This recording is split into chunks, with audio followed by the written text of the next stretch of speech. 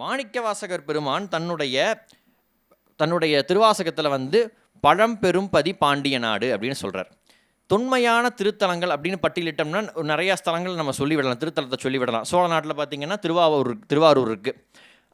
அதாவது ஊழி காலத்துக்கும் முன்பு பற்ற ஒரு தலம் அப்படின்னு சொல்லி திருவாரூரை நம்ம சொல்லலாம். அப்போது இந்த பாண்டி நாட்டில் அது போன்ற ஒரு திருத்தலம் இருக்குது, திரு உத்திரகோச மங்கை. இன்றளவுமே சிவபெருமானுக்கு தாளம்பூவை வைத்து வழிபடக்கூடிய ஒரே தலம் உத்திரகோச மங்கை.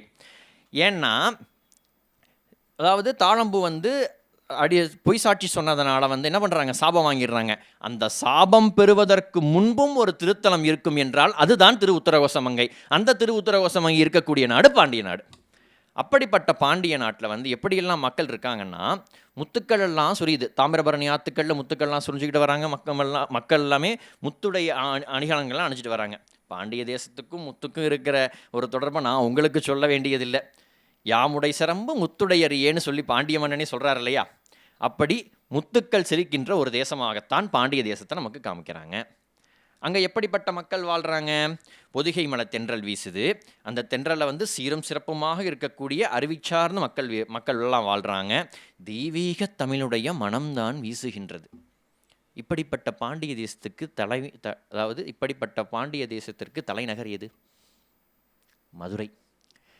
இந்த பூ உலகத்தில் மதுரையை போல கொடுத்து வச்ச ஊரை நம்ம எங்கேயுமே பார்த்துட முடியாது. ஏன்பா நீ எப்படி சொல்கிற அப்படின்னு நீங்கள் கேட்கலாம் இல்லையா? ஏன்னா அங்கே தான் சிவபெருமான் 64 திருவிளையாடல்களை புரிகிறார்.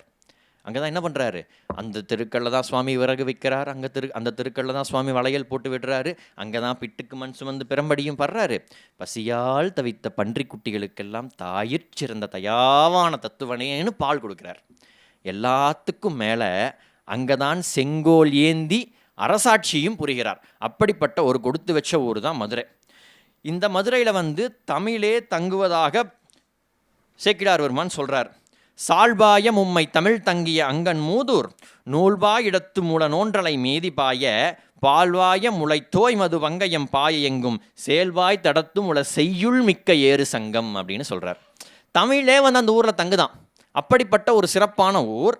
அந்த ஊரில் இருக்கக்கூடிய வயல்வெளிகளில் எருமைகள்லாம் இருக்குது. அதனுடைய பால்கள்லாம் வருது. வயல்களில் சங்குகள்லாம் மிதக்குது.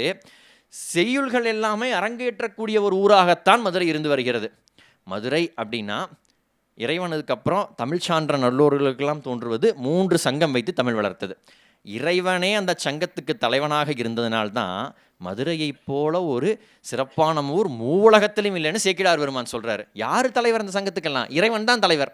அப்படிப்பட்ட ஒரு ஊருக்கு இந்த 3 உலகத்திலையுமே ஏதாவது ஒரு நிகர் இருக்க முடியுமா? கிடையாது. அப்படி இந்த மதுரையில் யார் வாழ்கிறா?